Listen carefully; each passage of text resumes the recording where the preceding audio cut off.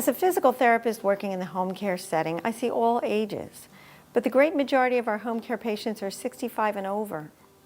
One group in particular that I work with is the group that we fondly refer to as the greatest generation. They went to war.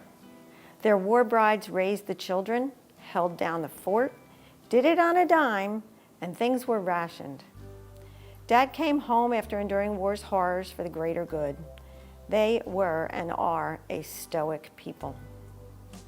They expected as a baseline to work hard.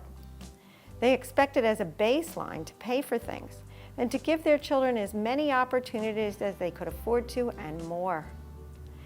They expected as a baseline to grow old in their own homes, in their own communities, with the hope that their children would be close by.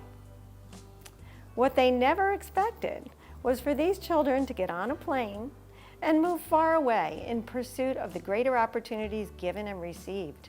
But those children did. Sometimes my patients live with their spouse, and sometimes they live alone. And often their families aren't next door.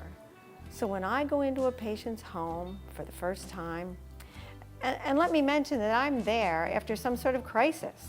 There's been maybe an illness with a hospitalization or a fall with surgery. Something has happened for me to be there as a physical therapist.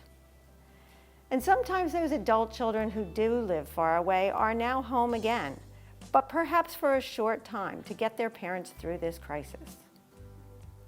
My job, besides taking care of the patient, is to understand that family. What is the dynamic? Who are the players? Who lives nearby who can help mom or dad when there is another crisis? Because after we have successfully completed our physical therapy and our nursing, they might still need some kind of help.